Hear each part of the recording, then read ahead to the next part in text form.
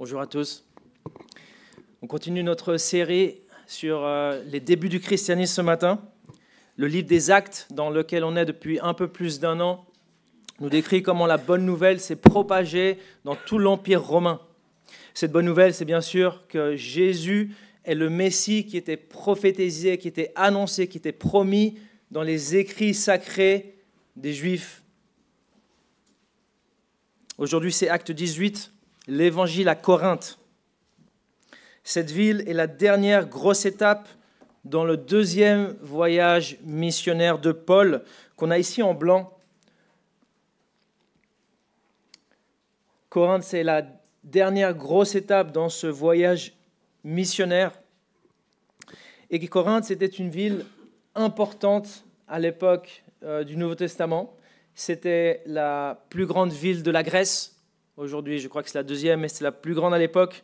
C'est une ville qui se situe dans un lieu géographique stratégique.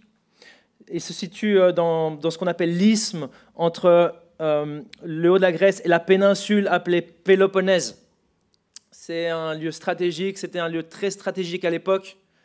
Donc non seulement nord-sud, mais est-ouest aussi. Apparemment, les marchands qui voulaient aller de la mer Égée à l'est à la mer Ionienne à l'ouest, au lieu de contourner la péninsule de la Péloponnèse, déchargeaient leur cargaison à l'est, transportaient la cargaison à quelques kilomètres, je crois que c'était 3 à 5 kilomètres à l'ouest, et là, ils le plaçaient sur un autre bateau. Donc c'était une ville qui avait un avantage commercial énorme.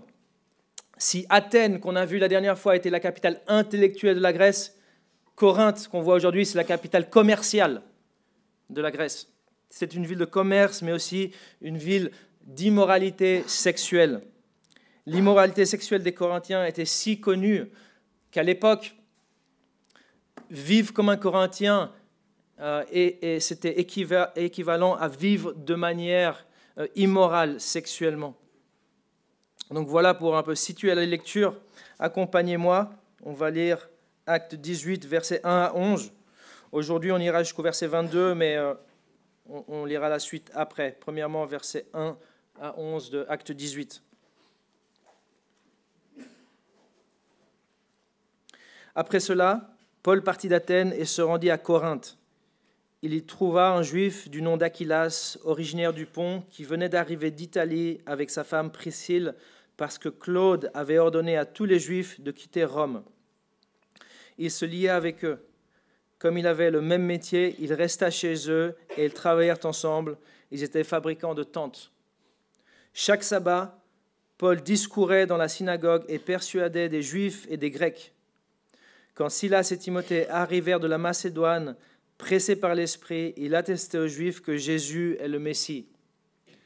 Mais comme ils s'opposaient à lui et l'insultaient, Paul secoua ses vêtements et leur dit « Que votre sang retombe sur votre tête, j'en suis pur. Dès maintenant, j'irai vers les non-juifs. » Il sortit de là et se rendit chez un dénommé Titus Justus, un homme qui craignait Dieu et dont la maison était contiguë à la synagogue. Cependant Crispus, le chef de la synagogue, crut au Seigneur, ainsi que toute sa famille. Beaucoup de Corinthiens écoutèrent Paul, ils crurent aussi et furent baptisés. Le Seigneur dit à Paul dans une vision pendant la nuit, « N'aie pas peur, mais parle et ne te tais pas, car je suis moi-même avec toi, et personne ne s'attaquera à toi pour te faire du mal. En effet, j'ai un peuple nombreux dans cette ville. » Il s'établit là 1 an et 6 mois, enseignant la parole de Dieu parmi les Corinthiens. On va prier.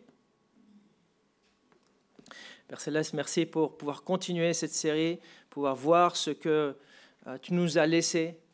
On a la promesse que toute écriture est utile pour enseigner, corriger, convaincre et instruire dans la justice. Même ce passage où on a une description de ce voyage missionnaire de Paul.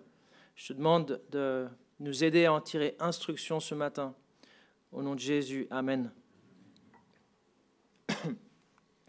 Le soutien, condition d'un ministère prospère. C'est le titre du message ce matin. Si le ministère de Paul a été prospère à Corinthe, c'est grâce au soutien de diverses personnes y compris du Seigneur Jésus-Christ lui-même. Tout commence avec un soutien logistique, l'hébergement de Paul par Aquilas et Priscille. Aquilas, nous dit le texte, était originaire du Pont. Le Pont, c'est le sud de la mer Noire, en haut à droite de la diapositive. Mais le texte nous dit que Aquilas et Priscille, qui habitaient à Corinthe, venaient d'Italie. Ils avaient dû quitter Rome, donc dans la partie ouest de la carte. Et ils étaient arrivés à Corinthe peu avant Paul. Le texte dit que ce couple avait dû quitter Rome parce que l'empereur romain Claude, donc le Claude dont il est question, c'est l'empereur romain de l'époque. Claude, l'empereur romain, avait donné l'ordre à tous les Juifs de quitter la ville. L'historien non chrétien Suétone, dans sa biographie de la vie de Claude, dit la chose suivante. Claude chassa de la ville les Juifs qui se soulevaient sans cesse à l'instigation d'un certain Chrestus. Donc ici, la Bible de nouveau est corroborée par l'histoire séculière. Et d'ailleurs, ce Chrestus, dont il est question ici dans cette citation de Suétone, n'est certainement nul autre que Christus, Christ en latin. Il y avait différentes manières d'épeler, et il y avait peut-être aussi une mauvaise compréhension de qui était cette personne. Mais il s'agit sans doute, selon la plupart des commentateurs, de Christ lui-même. Donc il y aurait eu à Rome un tumulte sur la base de ce Christ parmi les Juifs. Qui est-il ? Est-il vraiment le Messie annoncé dans les Écritures ou ne l'est-il pas ? Et donc il y avait eu un tumulte à Rome, et l'empereur romain les a tous fait partir. Sortez de Rome, on ne veut plus vous avoir, vous les Juifs. Et Aquilas et Priscille faisaient partie de ces gens-là qui ont dû fuir Rome. Ils se sont installés à Corinthe. Le texte ne le dit pas, mais Aquilas et Priscille étaient probablement des chrétiens. Le fait qu'Aquilas soit décrit comme un juif, selon le verset 2, ne veut pas dire qu'il n'était pas chrétien. C'était peut-être un chrétien juif. Si la combinaison de ces deux mots, chrétien et juif, te paraît contradictoire, c'est parce que tu n'es pas là depuis le début de la série. Dire un chrétien juif, ce n'est pas la même chose que dire un chrétien musulman. Ça, c'est une contradiction. Un chrétien juif, ce n'est pas une contradiction, en tout cas pas selon la Bible. Bibliquement, être juif, c'est être descendant de Jacob. La Bible utilise le mot juif en termes ethniques et raciaux. Être juif, c'est être un descendant de Jacob. Et un descendant de Jacob peut croire que Jésus est le Messie et donc être un chrétien. Aujourd'hui, c'est un peu différent. Aujourd'hui, on appelle juif aussi quelqu'un qui s'est converti au judaïsme. Mais ce n'était pas le cas dans la Bible. Dans la Bible, une telle personne est un prosélyte. Un exemple en Actes 6, 5, on parle de Nicolas, un prosélyte. Donc il est probable que Aquilas était un chrétien juif, ou un juif chrétien, ou un juif messianique, comme tu veux, pour plusieurs raisons. Une des raisons principales, c'est que le texte ne décrit pas sa conversion à Christ. Et plus tard, on voit que Aquilas et Priscille sont en train d'implanter une église à Éphèse. Et aussi le fait que ça se soit bien passé avec Paul. Il a été logé chez eux. Donc, probablement, Aquilas et Priscille étaient déjà chrétiens. Peut-être ils se sont convertis à Rome. L'évangile était déjà arrivé à Rome à l'époque de notre texte. On le sait par d'autres textes du Nouveau Testament. Il y avait déjà un groupe de chrétiens là-bas. Et Aquilas et Priscille viennent s'installer à Corinthe. Le texte nous les décrit comme des juifs, ça n'empêche pas qu'ils soient chrétiens, c'est des chrétiens juifs probablement, et ils offrent un soutien logistique à Paul. Paul est logé. Ces gens-là ont beaucoup en commun. Ils sont juifs, ils sont certainement chrétiens, ils sont étrangers, ils n'habitent pas chez eux, là ils sont à Corinthe dans une ville étrangère, et ils ont le même job, ils font la même chose, jour après jour, ils sont fabricants de tentes. Le texte dit que chaque sabbat, c'est-à-dire le jour de congé pour les Juifs, chaque sabbat, Paul allait dans la synagogue pour discuter avec les gens présents. Le verbe utilisé, c'est l'idée d'un dialogue, d'essayer de persuader avec des arguments. Il discutait avec les gens présents dans la synagogue. Il fait comme selon sa stratégie qu'on a déjà découvert, n'est-ce pas ? Il va dans la synagogue. Il arrive dans une ville et la première chose qu'il fait, c'est rentrer dans la synagogue pour parler de Jésus.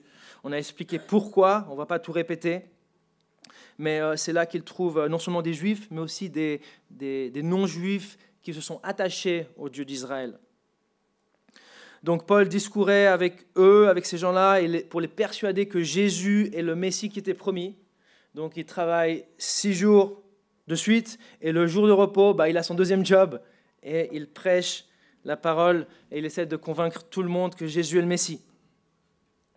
Alors c'est très bien, mais 1 jour par semaine, ce n'est pas beaucoup. Heureusement, Silas et Timothée arrivent. Silas et Timothée n'étaient pas à Corinthe, Paul est parti tout seul à Corinthe, et Silas et Timothée viennent du nord de la province romaine appelée la Macédoine, et ils arrivent. Et à ce moment-là, Paul peut se consacrer pleinement à l'annonce de l'Évangile.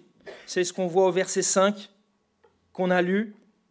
En tout cas, c'est ce qu'on voit dans verset 5, en tout cas dans certains manuscrits.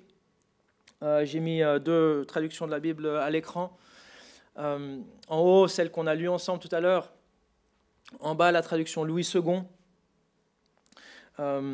Donc, il y a une différence. La traduction second 21 parle de l'Esprit. Pressé par l'Esprit, Paul attestait aux Juifs que Jésus est le Messie.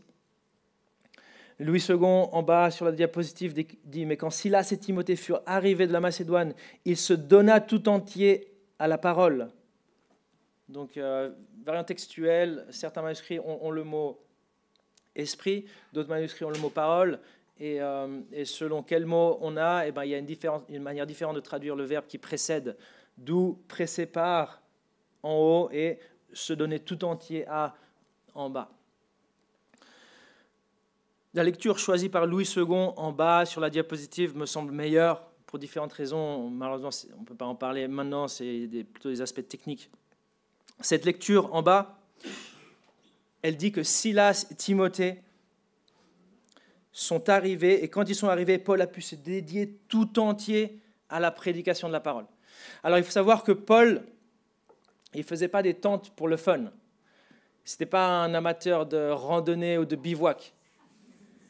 Paul faisait des tentes pour payer ses factures, ses dépenses, et nourriture et toute autre chose. Mais alors question, pourquoi quand Silas et Timothée sont arrivés, Paul se donna tout entier à la parole? Pourquoi, quand Silas et Timothée, Paul se donna tout entier à la parole? Dis-le d'une autre manière. Pourquoi, quand Silas et Timothée sont arrivés, Paul a pu démissionner de son job de fabriquer les tentes? Eh bien, il est fort possible que Silas et Timothée soient arrivés avec un soutien financier. Accompagnez-moi à 2 Corinthiens 11, versets 7 à 9. Si vous avez la Bible qui est disponible à l'entrée, celle-là, c'est à la page 760. 2 Corinthiens 11, 7 à 9.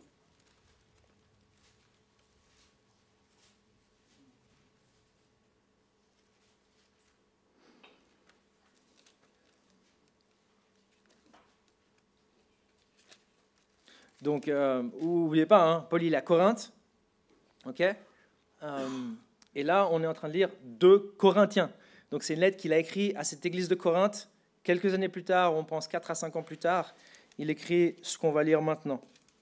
2 Corinthiens 11, versets 7 à 9. Alors, il parle à ces Corinthiens dans sa lettre. « Ou bien ai-je commis un péché en m'abaissant moi-même pour que vous soyez élevés quand je vous ai annoncé gratuitement l'évangile de Dieu ? J'ai dépouillé d'autres églises en recevant d'elles un salaire pour vous servir. Et lorsque j'étais chez vous, donc à Corinthe, et que je me suis trouvé dans le besoin, je n'ai été à la charge de personne, car les frères venus de Macédoine ont pourvu à ce qui me manquait. »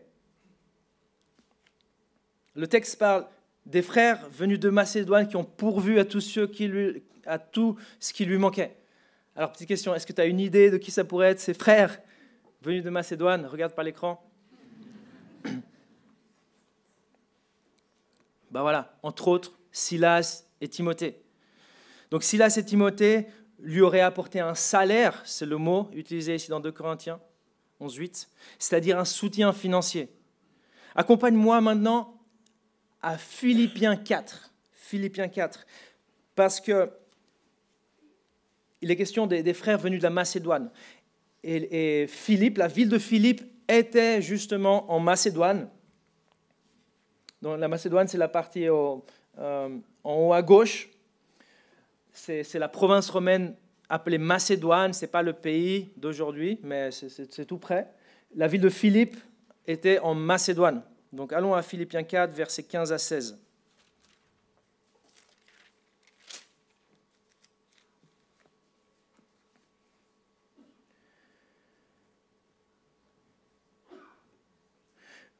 Vous le savez, pardon, si vous avez la Bible à l'entrée, c'est la page 773. Philippiens 4, versets 15 à 16. Vous le savez vous-même, Philippiens, au début de la prédication de l'Évangile, lorsque j'ai quitté la Macédoine, aucune église n'a pris part avec moi à un tel échange de contributions. Vous avez été les seuls à le faire. À Thessalonique déjà, et à plus d'une reprise, vous m'avez envoyé de quoi pourvoir à mes besoins. Cette église de Philippe avait apporté un soutien financier à Paul pour qu'il puisse proclamer l'évangile en dehors de Philippe. Julien Augureau, qui a étudié le thème à fond et qui a écrit un livre excellent, parle d'un vrai partenariat entre l'église de Philippe et Paul. Paul était soutenu financièrement par cette église de Philippe. Donc probablement que Silas et Timothée, ils sont arrivés de la Macédoine avec un soutien financier qui provenait de ces Philippiens-là. Peut-être qu'il y avait Lydie, la femme d'affaires, peut-être qu'il y avait le geôlier qui s'était converti. Il y avait une église à Philippe et cette église avait envoyé un soutien financier par plusieurs frères, probablement y compris Silas et Timothée. Donc, grâce à ce soutien, Paul n'a plus besoin de fabriquer des tentes. Il pouvait subvenir à ses besoins. Il a pu se dédier entièrement à la proclamation de la parole. Frères et sœurs, l'idéal, c'est que celui qui annonce la parole se donne tout entier à la parole. Paul fabriquait des tentes, mais on comprend que ce n'était pas sa préférence. Paul travaillait quand il devait subvenir à ses besoins, mais quand d'autres subvenaient à ses besoins, il se dédiait entièrement à la parole. Un travail séculier pour le pasteur ou missionnaire est parfois la seule solution, mais ce n'est pas l'idéal. En 1 Corinthiens 9, 14, il est écrit « Le Seigneur a ordonné à ceux qui annoncent l'Évangile de vivre de l'Évangile ». En Galates 6, il est écrit que celui à qui l'on enseigne la parole donne une part de tous ses biens à celui qui l'enseigne. Jésus, en parlant de ceux qui annoncent la parole, a dit « L'ouvrier mérite son salaire ». C'est en Luc 17. C'est dommage d'avoir un missionnaire à ses propres frais ou un pasteur avec un travail séculier pour survenir à ses besoins. Si l'église est petite, c'est compréhensible, mais si elle est grande, c'est révélateur. C'est révélateur d'un manque de maturité. C'est révélateur d'une église immature. C'est une église qui n'a pas bien compris ce que le Nouveau Testament enseigne. Je m'arrête là parce que c'est tout un autre thème. Et il n'y a pas de problème dans cette église. On a une église généreuse comme cette église de Philippe qui soutenait ceux qui annonçaient la parole. Mais je le dis parce qu'il y a beaucoup de pasteurs qui ne peuvent simplement pas le dire. Donc Paul est maintenant à 100% et prêche la bonne nouvelle que Jésus est le Messie. Comme d'habitude, plusieurs croient le message. Le texte dit même beaucoup croient le message, même le chef de la synagogue. Paul nous donne le nom, c'est Crispus. Même ce chef de la synagogue se convertit, il croit, lui et toute sa famille croit, dit le texte, et ils se font baptiser après. Mais comme d'habitude aussi, ça crée un soulèvement parmi les Juifs. Paul doit quitter la synagogue et trouver un autre endroit pour prêcher la parole. Heureusement, un certain Titus Justus lui ouvre les portes de sa maison. Il habitait près de la synagogue, à côté de la synagogue, dans un endroit idéal, bien situé. Paul avait besoin d'un nouveau local pour prêcher et il trouve celui-ci parce que Titus Justus lui permet d'utiliser sa maison. Donc Paul a le soutien financier, il a le soutien logistique, il a un local bien situé dans la ville de Corinthe, mais il lui manque un autre type de soutien. Il lui manque un autre type de soutien. Paul savait qu'il risquait sa vie. Il savait que le message de Jésus est un message dangereux à proclamer. Il savait que dire « il faut que tu te repentes de tes péchés » n'allait pas bien être reçu par les Corinthiens qui voulaient être affirmés dans leur style de vie immoral. Il savait qu'il ne vivait pas dans un monde de bisounours.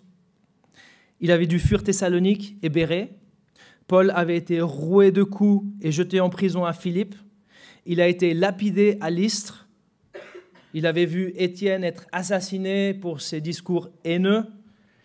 Il savait que Jésus lui-même avait été crucifié. Paul avait probablement peur. 1 Corinthiens 2,3 semble l'indiquer. 1 Corinthiens 2,3 dit que Paul dit lui-même « J'étais tout tremblant chez vous ». Paul avait besoin d'un soutien moral et émotionnel. Et c'est justement là que le Seigneur intervient. Le Seigneur lui fait une promesse formidable au verset 9. C'est une promesse de protection. Regardez de nouveau, versets 9 à 11. Pardon, 9 à 10. Regardez ce que lui dit le Seigneur. Le Seigneur dit à Paul dans une vision pendant la nuit, « N'aie pas peur, mais parle et ne te tais pas. Car je suis moi-même avec toi et personne ne s'attachera à toi pour te faire du mal. En effet, j'ai un peuple nombreux dans cette ville. » Le Seigneur a dit, « N'aie pas peur. » Sous-entendu, il y avait une peur chez Paul. « N'aie pas peur. » Frères et sœurs, la peur est l'ennemi du prédicateur. La peur est l'ennemi du prédicateur, de l'apôtre comme ici, mais aussi des missionnaires et des pasteurs. La peur peut nous auto-censurer. Le Seigneur dit, n'aie pas peur, mais parle. Il y a un lien. La peur peut t'auto-censurer. Donc le Seigneur apporte ce soutien moral et émotionnel à Paul qui en avait besoin. Apparemment, il avait peur. Il savait que c'était dangereux. Son message était dangereux. Le message de l'Évangile était dangereux. Dire, tu dois te repentir, il y a un jugement à venir. Ce que tu fais est faux. Dieu t'aime, mais Dieu hait ce que tu fais. Il savait que c'était dangereux. Il a probablement peur et le Seigneur se révèle dans une vision et il dit, n'aie pas peur, mais parle et ne te tais pas, car j'ai un peuple nombreux dans cette ville. On l'a dit, c'était une ville immorale sexuellement, mais Dieu ne se lasse pas de pardonner. Ce qu'il veut, ce n'est pas que le méchant meure, mais qu'il change de conduite et qu'il vive. Donc Dieu voulait le salut de ces personnes-là. Et aujourd'hui, ça continue. On vit encore dans cette période de grâce en 2025. Dieu continue d'avoir des personnes ici à Genève, mais aussi dans les pires villes du monde. Las Vegas, peut-être, c'est l'équivalent de Corinthe aujourd'hui, j'en sais rien. Dieu continue de vouloir chercher des personnes dans ces endroits-là. Ne te tais pas, j'ai un peuple nombreux dans cette ville. Donc Dieu promet à Paul qu'il le protégera et il tient sa promesse. C'est en fait la raison des versets suivants qu'on va lire maintenant ensemble, versets 12 à 17. Versets 12 à 17. On voit que Jésus, le Seigneur, a tenu cette promesse de protection. Il avait dit, personne ne mettra sa main sur toi. Et Paul, il a dû être libéré là, quand il a entendu ça. Il a dû être libéré, ok, je peux y aller, je peux prêcher, je ne vais pas me faire lapider comme à Lystre, je vais être tranquille, je vais y aller, je vais croire le Seigneur Jésus-Christ. Et lisons maintenant le verset 12 à 17 pour voir qu'effectivement, le Seigneur a tenu sa promesse, le Seigneur tient toujours ses promesses. On va lire, accompagne-moi. Pendant que Galion était gouverneur de l'Achaïe, donc ça c'est une province romaine, l'Achaïe, c'est là où il y a Corinthe et Athènes. Pardon, je fais une petite parenthèse. D'ailleurs, ce verset 12, c'est un des versets les plus importants pour les historiens du Nouveau Testament. Grâce à ce verset, on sait et on peut faire une chronologie des événements et de quand ont été écrites les lettres du Nouveau Testament. C'est un point fixe dans l'histoire, quand Galion était gouverneur de l'Achaïe. Gouverneur ou proconsul. On sait que les proconsuls pouvaient être proconsuls juste 1 an, maximum 2 ans, mais c'était rare. Et on a retrouvé dans une ville de Grèce, à Delphes, une inscription qui implique que Galion était gouverneur de l'Achaïe entre l'année 50 et 51. Donc on sait que ça ne s'est pas passé en l'an 45, ça ne s'est pas passé en l'an 55, ça s'est passé en l'an 50 ou 51. Et à partir de là, on fait la chronologie en arrière et en avant, et on arrive à placer les différents livres du Nouveau Testament. Bref, je continue. Je reprends, verset 12. Pendant que Galion était gouverneur de l'Achaïe, les Juifs se soulevèrent d'un commun accord contre Paul et le conduisirent devant le tribunal, en disant « Cet homme incite les gens à servir Dieu d'une manière contraire à la loi. » Paul allait ouvrir la bouche lorsque Galion dit aux Juifs « S'il s'agissait d'une injustice ou d'une mauvaise action, je vous écouterai comme il convient aux Juifs. Mais s'il s'agit de discussions sur une parole, sur des noms et sur votre loi, cela vous regarde. Je ne veux pas être juge de ces affaires. » Et il les renvoya du tribunal. Alors tous les Grecs s'emparèrent de Sosthène, le chef de la synagogue, et le frappèrent devant le tribunal sans que Galion ne s'en soucie. La conduite de Galion laisse à désirer. Mais c'est justement le point. Dieu peut utiliser quelqu'un qui n'a pas grand-chose à faire de la justice pour délivrer ceux qu'il a décidé de protéger. Dieu peut utiliser quelqu'un qui n'a pas grand-chose à faire de la justice pour délivrer ceux qu'il a décidé de protéger. Paul, dans ce cas-là, il est tout-puissant, on l'a chanté tout à l'heure. Le Seigneur n'a pas besoin de trouver un gouverneur chrétien ou un gouverneur favorable aux chrétiens pour tirer d'affaire un chrétien. Il peut utiliser qui il veut. Il a utilisé Galion, quelqu'un qui apparemment n'avait pas grand-chose à faire de la justice. Le cœur du roi est un courant d'eau dans la main de l'Éternel. Il l'incline partout où il veut. Quand Galion comprend qu'il s'agit d'un débat juif, il se lave les mains et Paul est libre. Apparemment, ce Galion n'avait pas trop de sympathie pour les Juifs. C'est l'impression que donne la lecture du verset 17, où Galion n'intervient pas devant cet acte d'antisémitisme. Et ils prennent Sosthène, le chef de la synagogue, et ils le frappent. Donc Galion n'a pas grand-chose à faire avec la justice, ou en tout cas ça laisse à désirer, mais Paul sort quand même indemne. Le Seigneur a tenu sa promesse contre toute attente devant ce Galion qui n'en avait pas grand-chose à faire. Le Seigneur a offert son soutien émotionnel par cette vision, son soutien moral, et il offre maintenant son soutien providentiel. Il tire d'affaire Paul ici.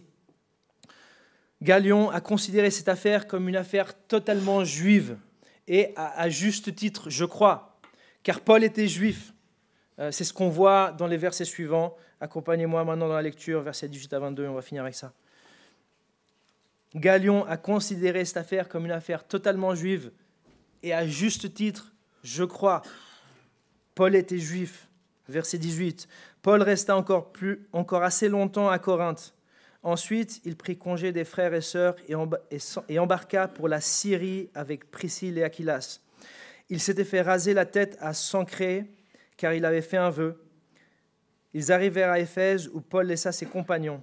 Lui-même entra dans la synagogue et s'entretint avec les Juifs qui lui demandèrent de prolonger son séjour chez eux. Mais il refusa et prit congé d'eux en disant « Il faut absolument que je célèbre la fête prochaine à Jérusalem. Je reviendrai vers vous si Dieu le veut. » Et il partit d'Éphèse en bateau. Il débarqua à Césarée et monta à Jérusalem, saluait l'Église, puis il descendit à Antioche. Paul était juif.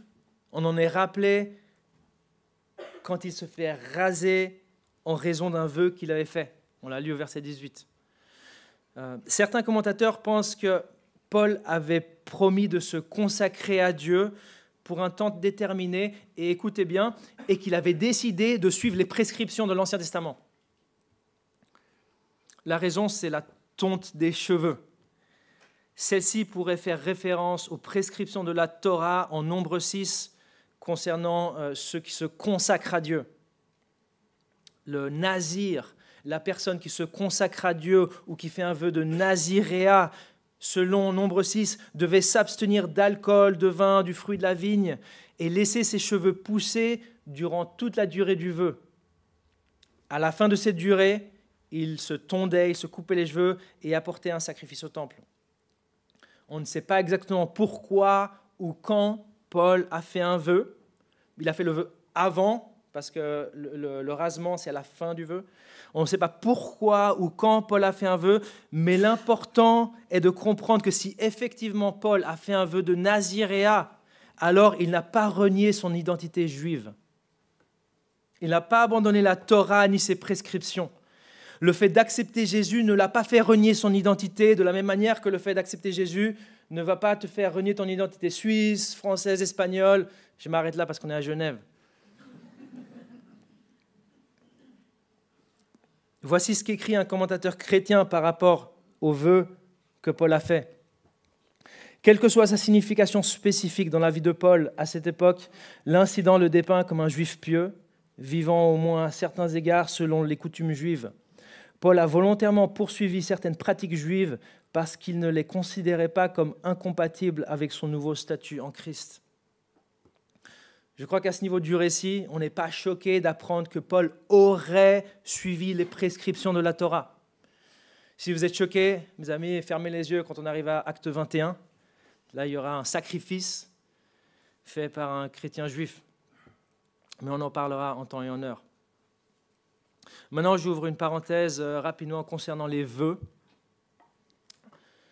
J'aimerais ouvrir cette parenthèse concernant les vœux. Je crois que c'est important peut-être d'en parler à un moment ou à un autre. Le texte parle d'un vœu fait par un chrétien juif, Paul. Je crois que c'est important de dire un mot. Premièrement, juste deux choses, ne vous inquiétez pas. Dieu ne nous demande pas de faire des vœux. Je crois que c'est important de le rappeler. Dieu ne nous demande pas de faire des vœux. Alors, qu'entend-on par faire un vœu? Faire un vœu dans la Bible, c'est pas faire un souhait comme certaines personnes quand elles voient passer une étoile filante ou quand elles soufflent leur bougie d'anniversaire. Faire un vœu dans la Bible, c'est pas faire un souhait. Faire un vœu, c'est faire un engagement solennel envers Dieu. Un vœu dans la Bible, c'est une promesse de donner à Dieu ou de faire quelque chose pour Dieu, soit en remerciement de bénédictions passées, soit dans le cadre d'une demande de bénédiction future. Si je guéris de cette maladie, je ferai ça. Si je sors de cette prison sain et sauf, je ferai ci. Si mon fils revient de la guerre vivant, je ferai ça. Dieu ne nous demande pas de faire des vœux. Première chose à savoir. Deuxièmement, il est préférable de ne pas faire un vœu que d'en faire un et de ne pas le tenir. Les vœux, c'est du sérieux. Les vœux, c'est du sérieux. Regarde ce que dit Ecclésiaste 5.3. Je l'ai mis à l'écran. Lorsque tu as fait un vœu à Dieu, ne tarde pas à l'accomplir, car il n'aime pas les insensés. Accomplis le vœu que tu as fait. Mieux vaut pour toi ne point faire de vœu que d'en faire un et de ne pas l'accomplir. Et Deutéronome 23, il y a beaucoup d'autres passages qui parlent des vœux, mais ceux-ci nous avertissent. Deutéronome 23, si tu fais un vœu, il y a le mot si, il n'y a pas d'obligation de faire de vœux, Dieu n'attend pas de nous qu'on fasse des vœux.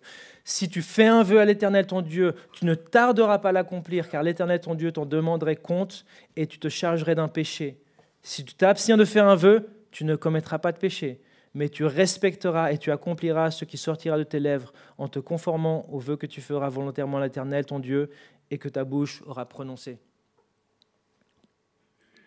Les vœux, c'est du sérieux.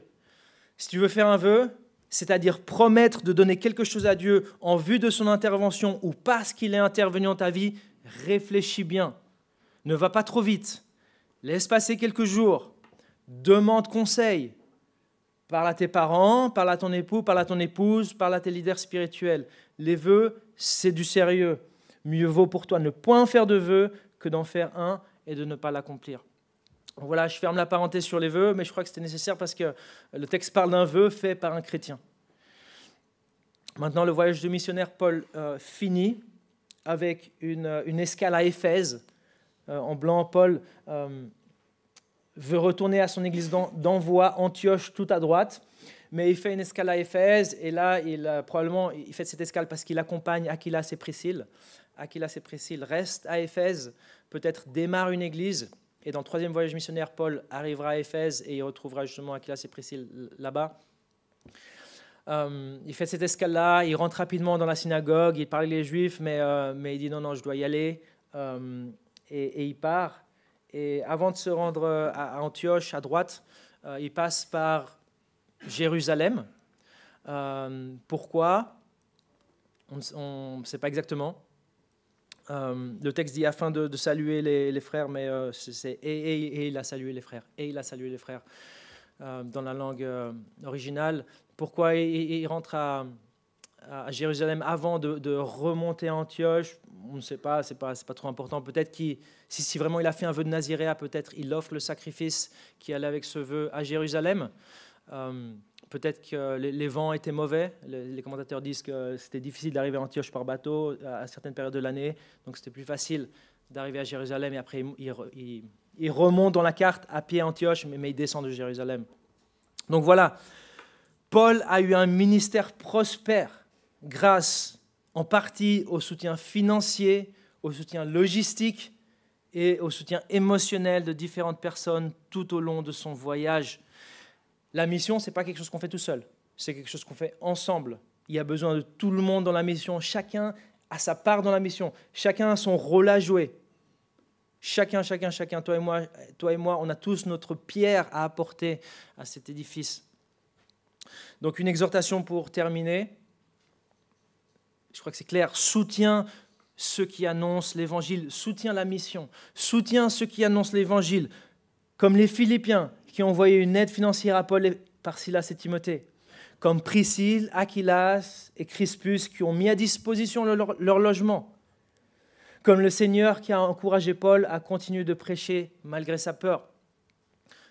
Prie pour ceux qui annoncent l'évangile, prie pour ceux qui annoncent la parole. Je l'ai dit, la peur, c'est l'ennemi du prédicateur. Pas la peur d'être devant tout le monde, pas la peur de parler en public, mais la peur de la réaction de l'audience. On a besoin de prière. On sait que le message de Jésus est plus scindant que jamais. Ne laisse pas tomber ceux qui annoncent la parole. Soutiens la mission, soutiens-la à ta manière. Donc voilà, on a fini le deuxième voyage missionnaire de Paul. Bravo, vous avez fini le deuxième voyage missionnaire de Paul, vous m'avez accompagné. Si ce qu'on a étudié, c'est encore un peu abstrait pour toi, ne rate pas les 2 prochains dimanches. Prochain dimanche, on a un missionnaire qui va venir ici, comme Paul. Ne rate pas les 2 prochains dimanches, si c'est encore abstrait pour toi, on a un missionnaire qui va venir ici le dimanche prochain. Dans 2 dimanches, c'est nous en tant qu'Église qui allons envoyer un missionnaire. Donc si c'est encore abstrait, ne rate pas les prochains dimanches, on va prier et on s'arrêtera là.